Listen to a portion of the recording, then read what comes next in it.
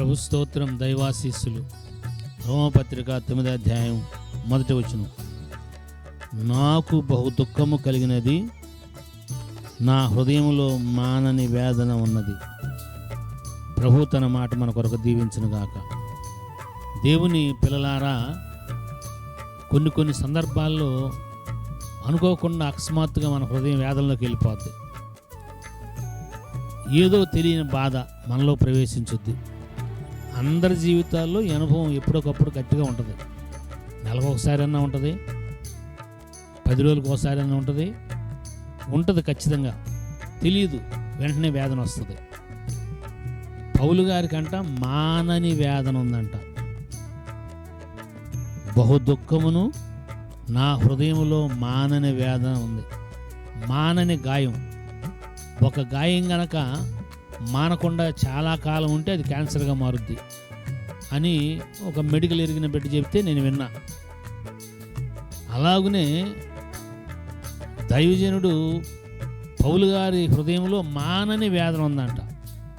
మానని వేదన ఎవరి కోసం? తన స్వకీయుల కొరకు. స్వకీయులను బట్టి దుఃఖం ఉంది, బహు దుఃఖం ఉంది.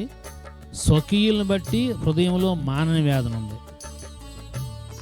మనం బయట వాళ్ళ కోసం దుఃఖపడటం, బయట వాళ్ళ కోసం వేదనగా ఉండటం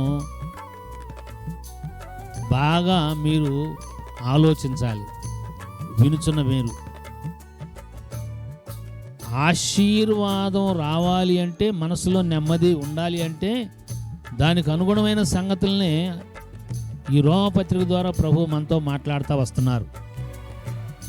దేవుని పిల్లలారా, ఎవరి విషయమై, దేని విషయమై నీ హృదయంలో మానని వేదన ఉంది? నీకు బహుదుఖం ఏది కలిగిస్తూ ఉంది? స్వకీయులను బట్టా, నీ భర్తను బట్టా, నీ భార్యను బట్టా, నీ బిడ్డలను బట్టా, మీ అమ్మానాన్నలను బట్టా, మీ అన్నదమ్ములను బట్టా, అక్కజేళ్ళను బట్టా, దేన్ని బట్టి? వీళ్ళు కాక బయట దేని విషయమైనా ఉందా? స్వకీయుల కొరకైన దుఃఖం ఉందా? బహు దుఃఖం ఉందంట, మానని వేదన ఉందంట. దేనికోసం? వాడు ప్రభు బిడ్డలుగా ఉండటంలా. తన స్వకీయులు ప్రభు బిడ్డలుగా ఉండటంలా.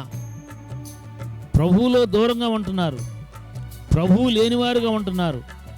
చనిపోతే పాతాళంలోకి వెళ్ళిపోతారనే భయంతో, వేదనతో కన్నీరు మున్నీరుగా వారి స్వకీయుల కొరకు ప్రార్థన చేయటమే కాదు, చిత్రవద చేస్తున్నా కానీ వాళ్ళకు స్వార్థ చెబుతానే ఉన్నాడు, వాళ్ళతో వాదిస్తానే ఉన్నాడు. యేసే క్రీస్తుని లేఖనాల్లోంచి దృష్టాంతాలెత్తి, లేఖనాలను అనుసరించి దృష్టాంతాలను ఎత్తి తేటగా పాత నిబంధనలోంచి స్పష్టంగా వారితో మాట్లాడుతున్నాడు, స్వకీయులతో మాట్లాడుతున్నాడు. వాళ్ళు కొట్టే పని, ఎలగొట్టే పని, తరిమే పని, చంపే ఆలోచన మీద ఉన్నారు. కానీ పౌలు గారి యొక్క హృదయ వేదన కానీ, మానని వేదన కానీ, బహు దుఃఖంగానే అర్థం చేసుకున్నవారు కారు. మరి మన స్వకీయుల కొరకు అలాంటి వేదన మనకుందా? భారం మనకుందా? బాధ్యత మనకుందా? నా స్వకీయులు రక్షించబడాలి. పౌలు గారు ఏ స్వకీయుల కొరకైతే బహు దుఃఖంతోనూ హృదయంలో మానవేదనతో ఉన్నాడో ఆ స్వకీయులు అనేక మార్లు కీడు చేశారు.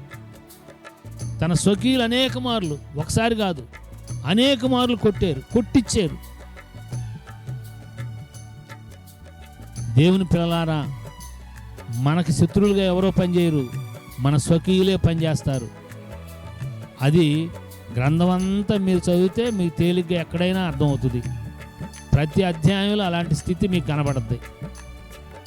కానీ ఎవరైతే ఆయనకి హానికరంగా, ప్రాణాపాయంగా ఉన్నారో వారి విషయమై ప్రార్థన చేస్తున్నాడు.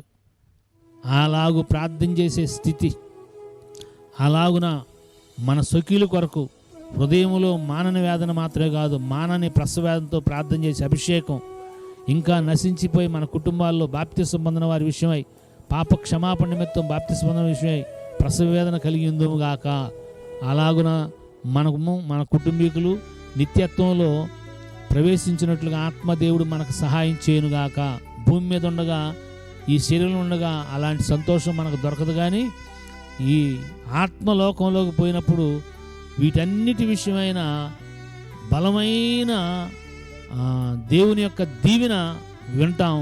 అప్పుడు ప్రసవ వేదనతో పడినప్పుడు కష్టమంతా మర్చిపోయినట్లుగా స్త్రీ మనం కూడా ఈ భూలోకంలో పడిన కష్టాలు, ఈ బహుదుఖం, మానవేదన మర్చిపోతాం.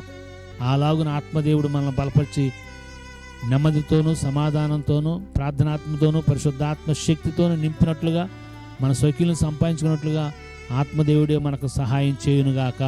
Thank you and God bless you.